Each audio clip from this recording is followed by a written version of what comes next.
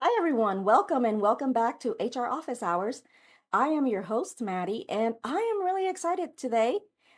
Chris Adamson joins us today. He and I have been chatting a lot lately offline about community and what that means, rural areas, and different types of manufacturing environments. He's going to tell us about that and a little bit of his story. Chris, I never do intros justice, so I prefer to let you do your own. Tell us a little bit about you.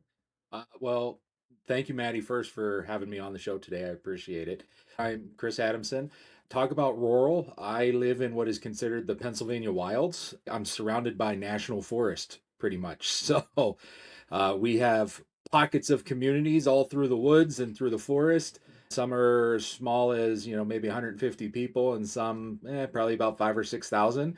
What is really interesting about the area I live in, many moons ago, it was a massive carbon manufacturing area.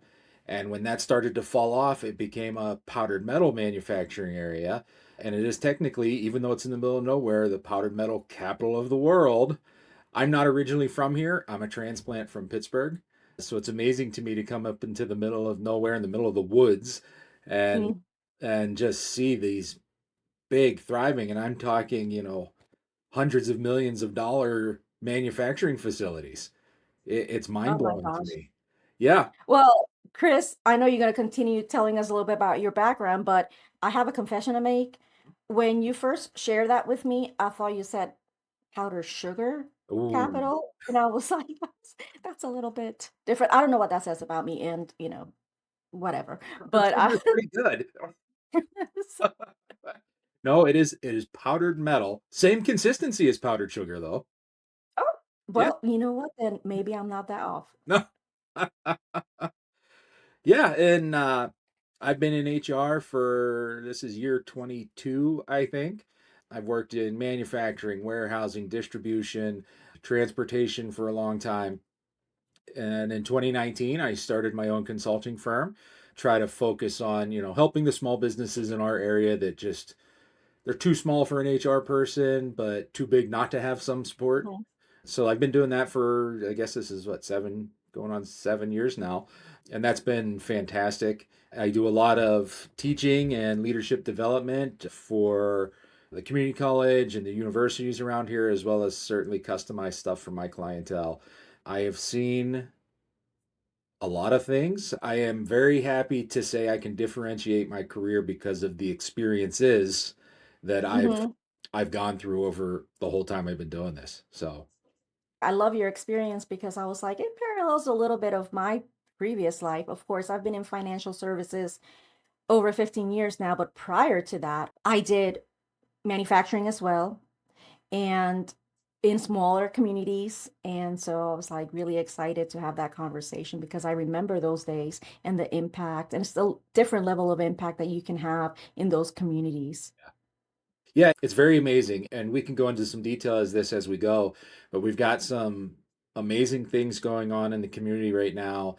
And I have a project that I'm particularly proud of that it's not finalized yet, but I am okay to talk about it. And it is really going to be helpful for my community and maybe eventually expand a little bit more. Well, we'll save that for later. We're gonna leave it in suspense. If I can wait, Yeah. that'll be super exciting. So we were talking about smaller communities. I'll tell you a little bit about my experience, and you can tell me if it kind of mirrors what yours was. One of the ones I remember the most was living and working in a community of 4,000 residents. And our manufacturing facility was really the hub of that community. I mean, it was the type of community where it was like one school, K through 12, actually across the facility where I worked. And so really most of the folks worked there Yeah. who were of working age. And I mean, we had hundreds and hundreds of employees, right? And then came rifts. It sends a shockwave through the community. Didn't love those days. And then other communities were technically smaller, but the surrounding counties were a little bit larger, but still large employers in small communities attracting commuters. Right. And so it's just really interesting. So What are your communities like? Yeah, a lot of the same. The town that I particularly live in is the biggest one in the area, and that's not saying much. It's a few thousand people. I have days where I go into Walmart and I'm very lucky. I'm in and out and I don't see anybody. And then I have days where I'll run into 15 people that I've worked with or worse, had to let go or something like that along the Mhm. lines. It's the same thing. You know, if I can share a story with you, a few years back, I worked at a manufacturing facility that acquired another facility in the area.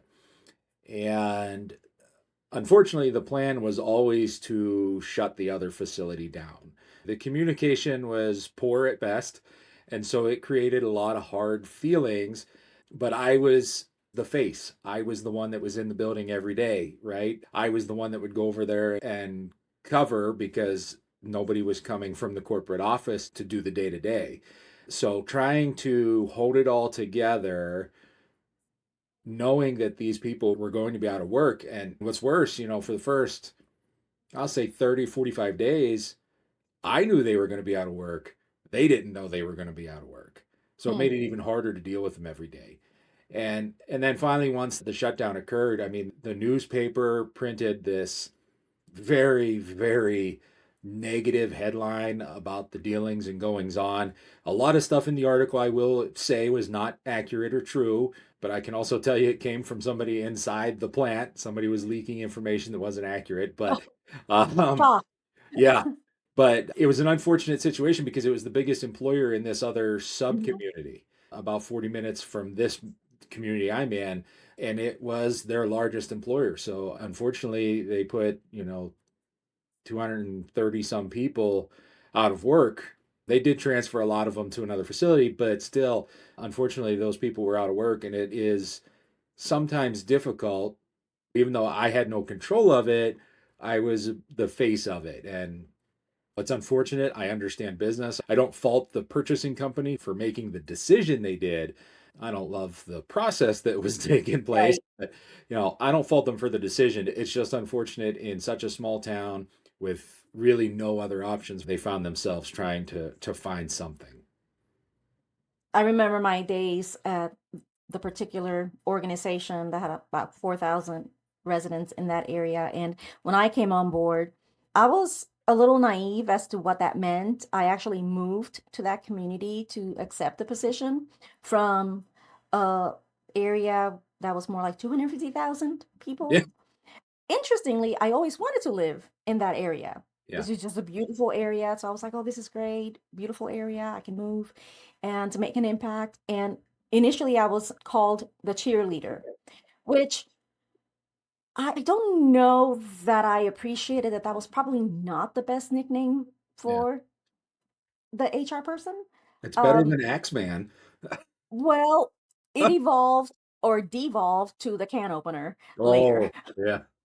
So but when I was still the cheerleader, I found out about the best place to work contest in the local newspaper. Now, again, naive me didn't put it together that we were probably going to win no matter what Yeah, because we were the largest employer. So I was like, oh, let's go for this, put it out there. Manufacturing facility, no one has email except the managers, right? Vote in, and it was a whole fiasco. And people really thought that I rigged it. I don't know how I didn't realize that people were not that keen on voting the yeah, facility the best place to work. They thought I rigged it. And it became a whole thing. It's one of my fondest memories in really not reading the room super well. I was much younger then as well. Of course, experience teaches you yeah. things, and I just wanted to be part of that community, whatever that meant. And for me, it meant like, well, let's show everybody how great we are. But we were getting to that point where the economy was changing, business was changing. We had started making moves and really having those conversations and communications about what does this mean for production. Right, And I think, like you were talking about leaks, I think because supervisors had once been frontline workers, because you promote from within, right. they were not quite keeping those conversations confidential. The Which, if those I can con- interrupt, I actually just posted on LinkedIn about this the other day. The supervisors, like you mentioned, it's a whole other world for them because they were the workers, right? I mean, that's not the topic we're on, but I'm on a tangent because you said it, and you're absolutely right. That can cause some serious issues, Yeah, no, I'm glad that you said that, but it's hard to let go of that, right? You started out as a frontline right? worker. These are your people. Literally, these are your people. You're seeing them at church. You're seeing them on the ball field. You're seeing them at pick up and drop off at your kid's school. You're seeing them at work. You might be related to them. Yeah, These are yeah, your people. So, where do those loyalties lie when something like this is happening? So, I don't fault them for that. I right. don't. I wish it hadn't happened. It didn't make things easier, but I was naive to think that it didn't even cross my mind that maybe the timing wasn't great Right. to try to have this place to work situation. And then we did like a whole big picture in front of the building, the whole thing. And hilariously started getting notes about me in the suggestion box, personal attacks. It was not great, but I learned a lot about knowing the room, knowing the impact from both sides, right? When you are the cheerleader and when things are happening, because both things can be true. Like, yeah, be there to support, be there to get people excited about the good things that are happening, but maybe like choose the moment. Yeah, yeah. It is such a fine line, right, that you have to walk when you live in a small town and you work in a small town, especially in HR. Obviously, this is going to sound like a biased opinion, but you know how it is. Everything rolls downhill, and where's HR? Right there at the bottom. And unfortunately, you talk about burnout in HR. It's massive because we're at the bottom of the hill, and you can see a manufacturing manager or a manager from another facility, a different industry, whatever. They can run into 10 employees that they just laid off, and it can be nothing. HR runs into those same 10 employees, and inevitably, in my opinion, there's going to be some kind of in your ear, and it's almost like it's HR's fault. We carry a heavy load, creates a lot of burnout. I cannot stress enough the thick skin or broad shoulders or whatever you want to say that it takes to do this job, but particularly in small communities because of the reasons we're talking about. You see him at the store, you see him at church, like you said, could be a relative. I'm not originally from the area, so anybody that I'm related to is actually by through marriage, and really thankfully they were a model citizen. So we never had any problems, and I certainly never had to let them go. Conversely, I think it creates opportunities too. I can remember I was at the grocery store one time, and the facility I was working at had just lost an engineer. And I ran into a kid, and I say kid, he's much younger than me, but a kid that I knew. And we just got to talking, and I said, "Hey, how's things where you're at?" And, like everybody says, "Oh, I'm living the dream, I'm Mhm. living the dream," right? And I said, "Well, I have an opening." And, about give or take a month later or so, he came on board with me. So, as much adversity as we can face in the community, there certainly is many positives too. There's definitely positives too. It's definitely a challenge. So let's explore that a little bit though, because you do training, you do facilitation, you do coaching. So can you implement the same level of training and coaching to those supervisors to be like, hey, even in this role, even in this community, you do need to develop that line, even with your cousin, Oh, yeah, like absolutely. in my situation. It's an absolute necessity to do those things. Again, somebody is the best widget maker or somebody is the fastest worker or whatever the industry is. That does not mean they're going to be the best supervisor. They maybe could if you give them the tools. Understanding first and foremost that now you are responsible for more than the guy in the mirror, the girl in the mirror, right? Understanding that you have a responsibility to ensure the safety, the productivity, the job protection, the uh, removing obstacles, ensuring a good culture and a good environment. Those all fall to you when you become the new frontline leader. You know, Definitely different percentage of say a frontline supervisor versus the plant manager in the manufacturing setting, but there is still a role to play. It is critical. I've gone into situations where I'm the new guy and we're like, well, yeah, You didn't give these guys any training 10 years ago when they became a supervisor, so let's try and play some catch up. That's even harder to fix, but have to ensure that these guys know how to properly communicate. They have to communicate with clarity. They have to make sure that the people they're working for understand not only what they have to do, in my opinion, but it's why they're doing what they're doing, and more importantly, how it makes the company successful. And I think if the frontline guys know how to convey that, you are truly creating a better culture in the workplace. And then in the event of some adverse action, it becomes a lot easier to manage because the expectations were clear, the roles and responsibility were clear, and now this person has kind of fallen out of that. And it's easier for the supervisor to go and say, hey, look, we've gone over this, we've talked about this. Unfortunately, we're going to have to move on. And while they might, I don't want to say they're understanding of it, I think it's easier for them to get it because now there's a Yeah. clear, this is what was wrong. So again, it's absolutely critical that you take these frontline guys. They're the ones that are out there saying, okay, this is what we're doing. This is why we're doing it. Let's go. Let's go. They're the frontline champions to the culture, to the processes, everything. You can only select and develop what exists. Hmm.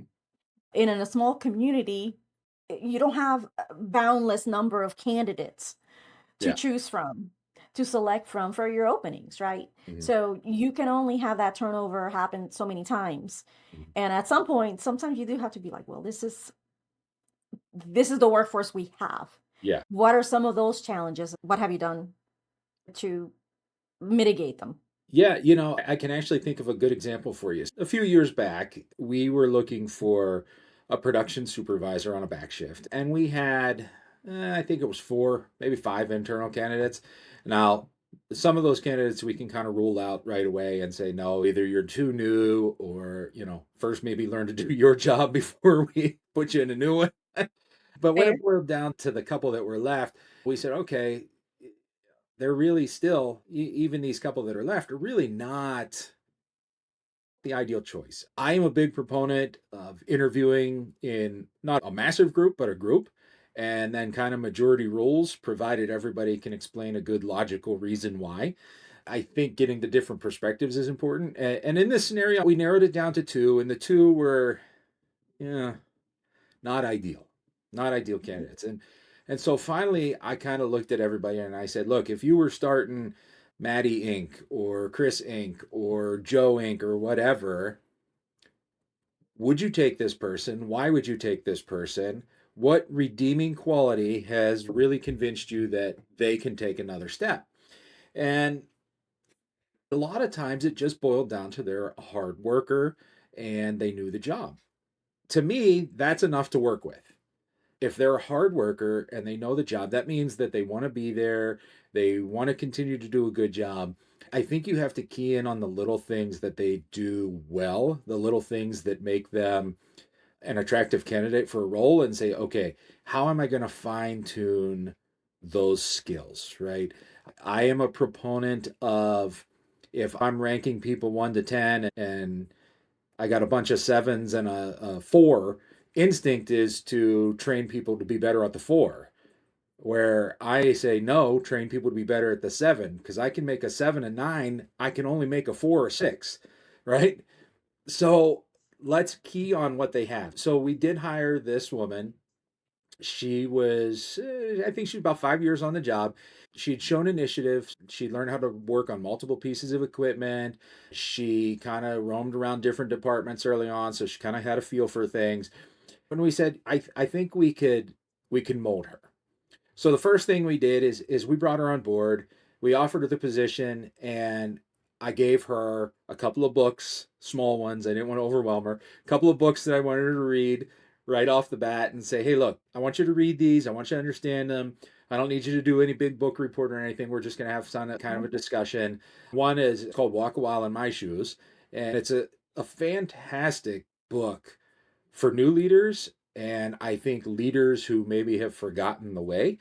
And Okay. it's a super short read. I think it's 50 pages total. But the first half of the book is the employee perspective, and then you literally flip the book over and it's the manager's perspective of the same scenarios. So I had her read that. And then I had her work through John Maxwell's 21 Laws of Leadership. Now, that I was okay if she read the abridged version. I just wanted her to understand the laws. But I said, this is going to be your foundation, and we're going to discuss this. And then each time she would go over one of the laws, we'd say, okay, how are you going to put that into place today? What are you going to do today? I basically kind of nurtured her. Now, would she ever be in a position to be a plant manager or bigger role?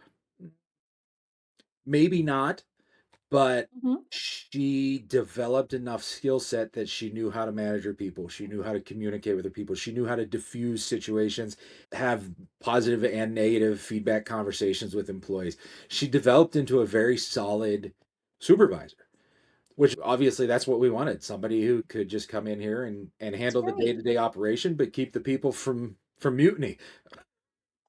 That's great. That's fantastic. As you're talking about that, it reminds me of a couple of stories, but I'll share one of mine. But again, very naive. And I actually had an opening to report to me on my team. So I went to the supervisors and I was like, hey, is there anybody on your teams that is ready that maybe you would recommend? I had a supervisor say, this team leader, I think he's your person. Yeah. And I was like, okay. So I prioritized interviewing him and interview fine. I mean, I asked standard things and I felt like I could work with him. And I was like, okay, I definitely would prefer to have someone who already knows the business, the Yeah. product, the issues, and it was for a health and safety type role. Mm. After I make the offer, the supervisor's like, gotcha. We just wanted to move them along. Needless to say, didn't work out great. And that was lesson number two learned. Do not assume that you're going to get all of the information. I didn't ask. Yeah. Are there any concerns that I need to be aware of as well, right? I only asked about the positives. Even in those situations, it was a lesson that I had to learn. Have you ever had that situation happen where you weren't getting all of the information that you needed just to move someone along? Trying to think. I know I had a situation where they kind of wanted to put an employee into a slightly higher ranking position. The comment was, he's terrible and he manages to fly under the radar, but if we put him in this high exposure position, maybe we could catch him. To which I then turned around and flipped and said, well, maybe he'll be awesome. Maybe he flies under the radar because he's not as bad as you think. His attitude was not great, don't get me wrong, but maybe he's not as bad as you think. And if you give him a position where he has to kick it in another gear, so I said, if you want to move him and try to make the best of him, great. If Hmm. you're moving him because you think I'm going to give you a thumbs up to cut him loose in 8 weeks, no. No, because Yeah. you're going to come to me and say he's terrible. And unless you tell me that he just punched somebody in the face, I'm going to go back on you and say, did you give him the training? What tools did he have? What resources did he have? How much time did he have? And when they can't answer those questions, I'm going to say, no, you can't do it. Yeah.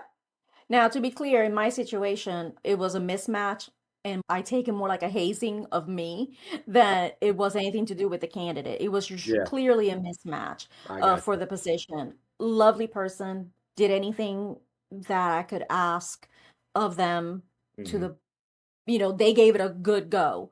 So it wasn't that. It wasn't an attitude issue, a behavioral issue, or anything like that. Sometimes it was just a mismatch. And that happens. Just a mismatch. Has it ever happened to you that you've been tasked with like, work your magic though? You need to make this happen. We want this person to get from a 4 to a 7. You are Uh, the trainer, you are HR, yeah. you fancy yourself a facilitator. Do it. Make it happen. Yeah. I'll tell you a success story and a failure, actually. Okay. These were not companies I worked for. These were both in clients, two different clients. The success story is this organization had a woman that they really wanted to improve the role she was in. She was very analytical, very numbers driven to the point where she struggled sometimes with people. I could see that upon first meeting her. Even my first interaction with her was very, well, you know, I can give you this much time and we're going to do this. And to which I had to call, well, time out. Your boss told me you're doing this. So we're doing this. If that takes me 30 weeks, 30 hours, 30 minutes, we're going to get you where you need to go. And for her, it was just doing a bunch of different coursework. I'm a John Maxwell certified team member, so I have access to a lot of his teachings and trainings that aren't available to the public. I would give her some scenarios and some homework where she had to work through. I can even remember the one homework assignment she scoffed at the most was, I need you to send an email to all of your peers. It needs to be polite. It needs to be clear. It needs to be concise. I need you to ask them to do you a favor. And I want the favor to be something silly, something that you wouldn't normally ask. And I want to see how many people say no. So we did that, and she asked if anybody would help her move. And the response was, well, one said maybe if I'm free, but overwhelmingly it was either no feedback at all or basically a roundabout no. And we did probably 6 weeks of coaching. We talked about different approaches, different methods with her teammates, had her go and do more interactions all the time. So about 6 weeks later, I basically had her send another email. Hey, could you help me paint my house? And she immediately got two yeses.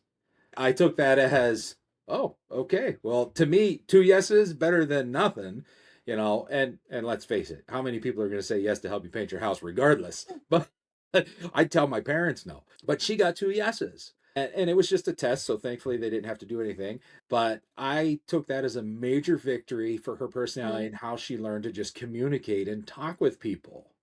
How she became persuasive in her nature. She didn't get combative as much because she learned that while she may love all the numbers and she may want to see 50 pages of data, some people have experiences that can contribute to a conversation regardless of what the data says. So she learned to open up her mind to other perspectives. And I think that really garnered a lot of respect among her team. Conversely, almost the same thing with this one gentleman. He was very analytical as well, very awkward, very keyed in on this one thing that he does incredible, but he struggles with everything else. I kind of put him through the same exercises. He and I would talk about a lot of things and how to approach things and, let's read this, let's watch this, let's do this. After about 5 sessions, I'm not seeing any change. I'm really not. And so I reached out to his manager and I said, I will admit, the first 3 or 4 weeks, I thought maybe he was open. These last couple of weeks, he seems a little more closed off. I asked her if she knew if there was maybe anything personal going on with him. She didn't know. So I said, well, look, I'm going to go at it. I'm going to try kind of a different approach. I tried some different things over the next 3 or 4 weeks.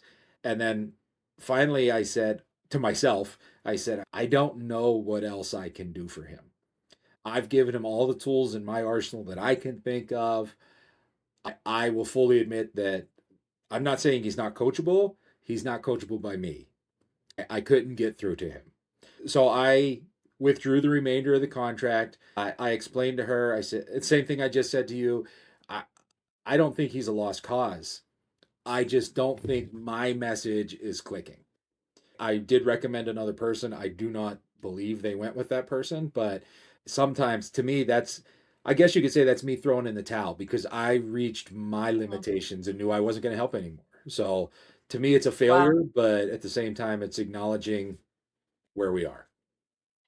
Well, gosh, I have like two thoughts. But let's touch on the whole coaching dynamic though, real quick, because I love what you said, not by me. I've had a situation where I've been asked for a recommendation to bring a coach in because there have been situations, even in my current organization, where it's like I'm not the best person to facilitate something because it's just sometimes I'm just not the best person for it. Yeah. And when I am recommending someone, I have to keep in mind, okay, the personality of the organization, the individuals involved, and all of that. And I may recommend one consultant to one group versus another to Right. another one. And I have equal respect for both. And Right. again, so good on you for just saying, hey, maybe I'm not the match. and not just saying, we can't help them. Yeah, I Just mean, it I could be could me. So push that's through that's for more fair. money. Yeah, that's I'd fair. made more money if I got him through to the end, but I Right. just That's ethical. So we were talking about we get what we get as far as, hey, the candidates in the community are what they are, so we have to select from those. But how have the expectations for recruitment and selection evolved over the years? yeah. Yeah, and people are different, right? Every generation has some pocket of people you look at them and you might judge them, but you got to get to know them. I think over the years, I think HR professionals and recruiters in particular have learned to not judge a book by its cover, so to speak. Funny story, long time ago, I remember, I believe it was a customer service rep, maybe a purchasing agent. I don't remember the exact title we were recruiting for. Scheduled an interview, talked on the phone, seemed very polite, very pleasant. And I'm sitting in my office, and my boss, she had a view of the front parking lot, and she starts yelling for me to get over here, get over here.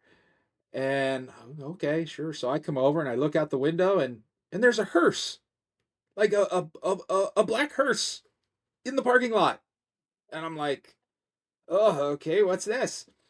And she says, "What's going on?" And she was very old school. She wore pantsuit to work every day and never anything different. She drove the same car, the same color practically her whole life, I think. And she never changed. And I'm sitting there and I'm looking, and the girl gets out of the car, and she's very, what do they call that? Gothic. She's got, a long black dress on that's got little bits of lace. Her hair is dyed half black and half red, and I mean red. Lots of jewelry, which from a distance didn't think anything. Then it hit me. This is my interview for, again, whatever position it was. I can't remember, but this is the interview. And I turned to her and I said, this is the candidate for the job. And oh, no, no, no, we can't. Why? She's never customer facing. It's all phone interaction. And the funny thing is, this was probably this is one of my first jobs, but her reaction to this woman coming through the door was mind blowing. She didn't want anything to do. She didn't want her on the property because she looked different. I don't deny that she looked different. She looked unique. She looked how she wanted to look. She came up and I met her at the door, and she was perfectly pleasant. I called her in for an interview because on paper she looked to have the skills we were looking for, which, for me, that's I don't care what you look like. I don't care any of the appearance, the race, the gender, sexual. I don't care. If you do the job, do the job, right? And What a concept. yeah, amazing. My boss was very hesitant to even come in the room and talk to her. And unfortunately, what the girl had on paper was not what she'd really done. Not that she lied. When I pressed her for a little more detail, she just didn't have all the answers. So unfortunately, we didn't hire her anyway. But just, man, the reaction. And you know as well as I do, right? And anybody in our world should know this. It doesn't matter what anybody's dressed like. If they come in, they can do the job, they have the skill set. If they're customer facing, yeah, sure, you can maybe put some parameters on that. I don't want to pass judgment on anyone at all, Hmm. but the way some people still in our industry judge a book by the cover is very disappointing. And again, that was a long time ago, but we know it still happens. And I Yeah, think people opening their eyes to a girl in a hearse, whatever they're wearing. You get a cowboy in there, you get black, white, straight, gay. Just stick to the job, right? Stick to what you're looking for in that job. There are characters out there, and boy, do they make some interesting stories for some interesting interviews. But just don't judge a book by the cover, right? Start to get to know people. that's right. That's right. We are not customer facing. Most of the work is basically call center type Yeah. work, either sales collections type roles. Folks kind of stopped asking about, do I need to remove my piercings about 5 years ago? But even as early as 5 years ago, people were still like, are you going to make me, take my piercing out, or is it going to be okay? So that doesn't happen anymore. You're not customer facing. But anyway, Yeah, I mean, look, um, it's tattoos, yeah, I the mean, same thing. We it's the world we involved live in in. And that. I just got this last year. It was my graduation present to myself for getting my master's degree, but I don't care if anybody looks at this tattoo. This is the hand I'm going to shake your hand with, and if you want to judge me by that, shame on you. It doesn't make you any less professional. So, some things we gotta let go of, Yes, some things we have to resurrect, but we gotta keep it fresh. We gotta keep it moving, absolutely. and we just can't stay stale. But a hearse, I wonder what that gal is up to. Yeah. I wonder if she does collections and now lives in Northwest Georgia because you can apply. Yeah. Something you were saying with your success story really kind of resonates into something else that I've been thinking about. Success at work and how we feel about work has to do with the culture, not just about our skill set. It's just how we feel, the vibe, Mhm. other things. I'm curious, what are the potlucks like? Or the parties, or the celebrations, or the acknowledgments? How does that play in this type of community when we're talking about smaller areas, people know each other? How do people show up for each other? Like your example, I loved it. They're like, yeah, I'll help you paint after someone developed a relationship. So how does that play out? How do people show up for each other? And how does that impact, if it does, retention? I see a lot of instances where the simplest one, people you go out to dinner and you see some coworkers hanging out at the bar together, right? I think doing engagement activities with the employees is critical. I remember one time a celebration, both plants were not the same milestone. I shouldn't say the same quantity milestone, but it was a Mhm. safety awareness. I think one company hit like 1,000 hours, the other one was at like 2,000 or 1,500, and one group got burgers and hot dogs, and the other group got steak and baked potatoes. Mhm. Well, I mean, to me, it's okay. Well, they hit 2,000. You hit 1,000. So, sure, when you hit 2,000, you get steak and baked potatoes. But they took it as, well, they got steak. Why can't we have steak? You know?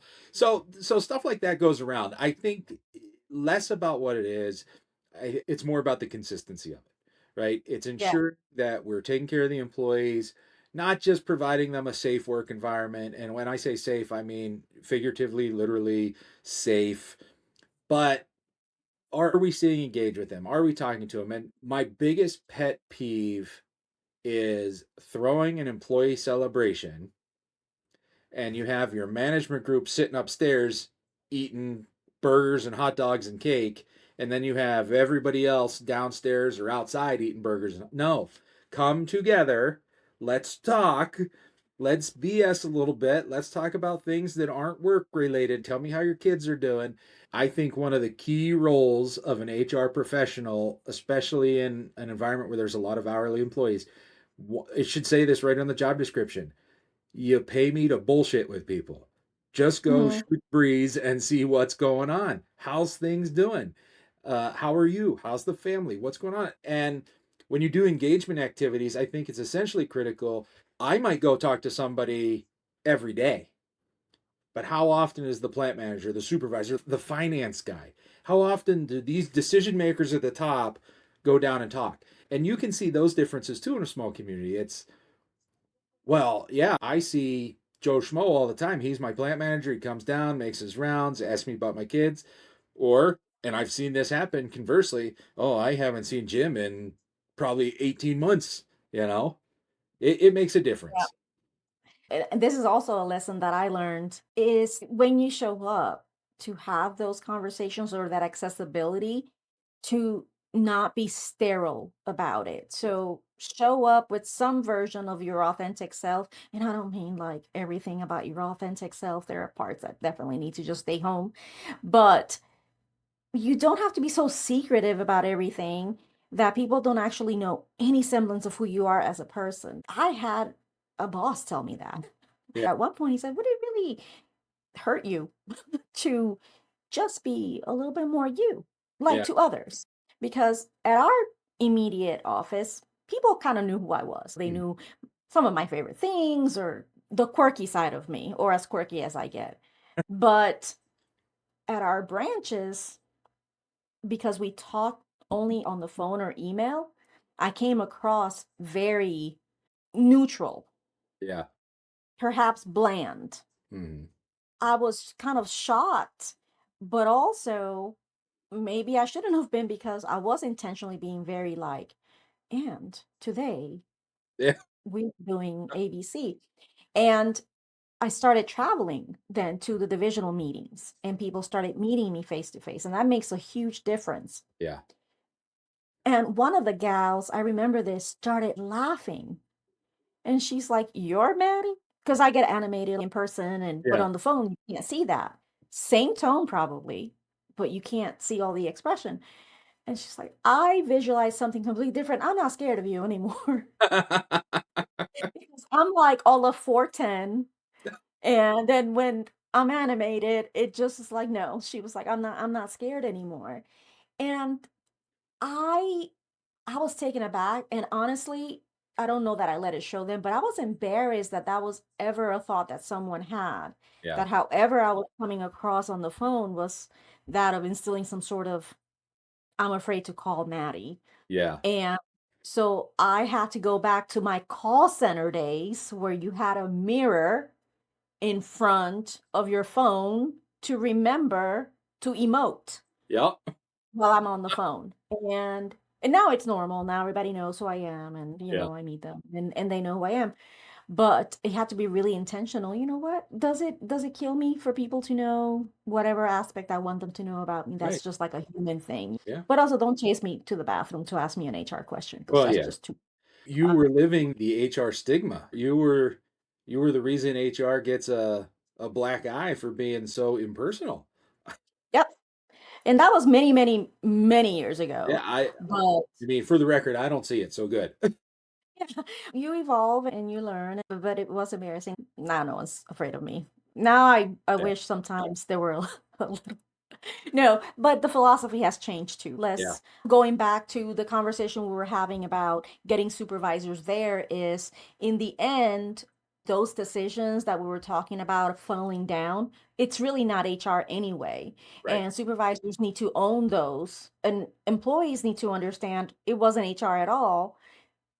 At all. Yeah, we're in the room. We're giving information. We're providing guidance through the process to treat everyone with dignity and respect through all of that, which affects us too, because Yeah. we're people too. We're employees too. And so the supervisor needs to own that. We do supervisors a disservice, even in the smaller communities, not to get them there faster, because what happens when that organization is rolled into a bigger one? Yep. A I've national seen one, that. international one, or they have an opportunity to move and take a bigger role somewhere else. They're not going to be able to make it. And that's a little bit, I think, on us because we didn't really give a true to life example of what leadership should look like Yeah. because we were too afraid or because we were like, it works here.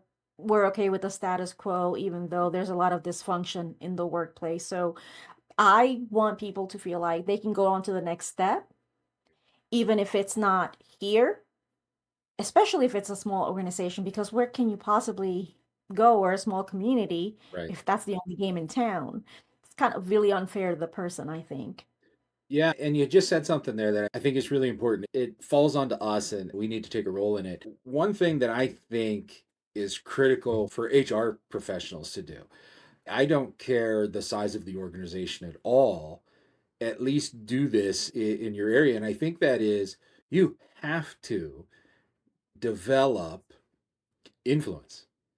If you come in and you're the HR person and you're going to push some paper or you're going to issue the discipline or you're going to say, "Oh, it's open enrollment time." That's a need for sure, but you are doing nothing to improve the company in that regard.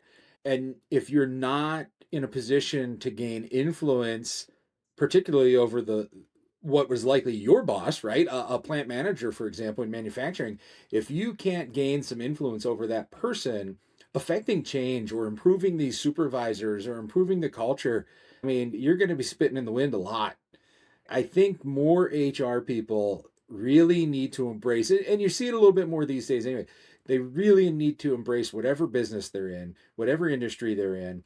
They need to understand how the business works. They don't need to be the expert, but they need to understand how the business works, what makes it tick, where do you draw the profit from, the behind the scenes stuff. And the more you know, and the more you can be part of a decision, the more influence you gain. And when you gain that influence, it's easy to turn to a plant manager and say, you know what? I'm going to pull these guys off the floor and we're going to go do this. And it's going to be 3 days. You got to find a way to cover it, but I'm taking them and they need it. And it's going to be the long term vision. Don't think right here, think out there, right? Mhm. It's what are you going to do? And when you've gained influence as an HR person, the chances of them telling you no are significantly to almost zero, significantly less. And if you've built that trust and that influence, that's enough Mhm. most of the time. Yep. Yes, that is right. So earlier we were talking about you were keeping us in suspense. Yes.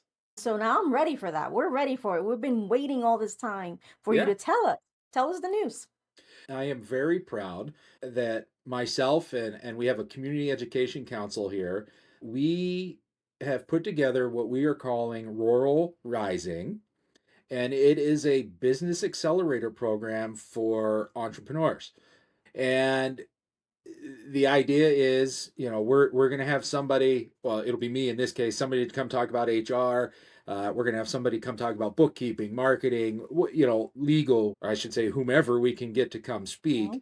And then at the same time, I'm going to serve as the mentor to the group of people, a max of 10.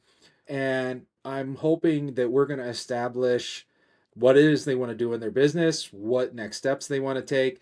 And right now, we're going to do it in the local counties here. My goal is to expand it throughout North Central and Northwestern Pennsylvania, maybe virtual someday. I don't know. To me, it really feels a need. There are a lot of entrepreneurs. I can walk down Main Street right now and I can think of at least four of them in this community that I know have no type of training. They're in there winging it. They have a product or Mhm. service and they're in there winging it. But I saw this massive need in my rural community with all these entrepreneurs. Small businesses make up 99% of our economy. And almost 60 some percent of those are solopreneurs. And of all of the 99%, well, more than 70%, I think is the number. Don't quote me on that one, don't have any type of formal business education. So we've developed a program. The Community Education Council here does anything related to education. You pick it. They'll do it, whether it's host a class for college, a cert test, whatever. So they were a natural partner for me when I came up with this. I shouldn't say I came up with it. I shamelessly stole the idea from another region who invited me to speak at their event. And I said, guys, we need to do this here. I think this would be insanely successful for our community. It would take these entrepreneurs to just an entirely new level of success and confidence. And so we've partnered together. We gathered an advisory board of some business owners around here and tell me what you didn't know when you started. It'll be about a 6 month course. I'm super excited. I love to teach, I love to mentor. When I see that a person gets it, I light up. So I am super excited about this program and we're really going to hit it hard and we're going to go and I'm excited. That is exciting. Wow, that definitely fills a need. I love it. Well, Chris, was there anything else that we wanted to cover that I haven't touched on? No, I think we covered a lot. I think this was a great conversation. Community involvement, whether it's in a professional setting like I just discussed, or just being involved in the community, volunteering and getting to know people. I think it is for me. It is one of my core values is be an insanely vocal and supportive member of your community. And I think this conversation showed how it is important that we as HR professionals take the responsibility within the buildings that we work or clients that we work with to ensure that we're not only preparing these people to deal with what's in front of them in the workforce, but that they get skills that they can go out in the street and learn and apply as well. That's excellent. Well, I loved it. I hope to have you back sometime. This was so much fun. And Chris, if folks want to get in touch with you, we can link Yeah, your LinkedIn absolutely. um, in the description. And folks can reach out directly. I'm on LinkedIn, so gladly message me there. That'd be great. I'd Yeah. love to hear from people. Connect with Chris and let him know if you had not been in touch with him before that you heard from him here. And that way he knows how we made the connection. This has been so amazing. Yes. And please drop your comments, follow, like, all the things as we say. And until next time, see you HR office hours.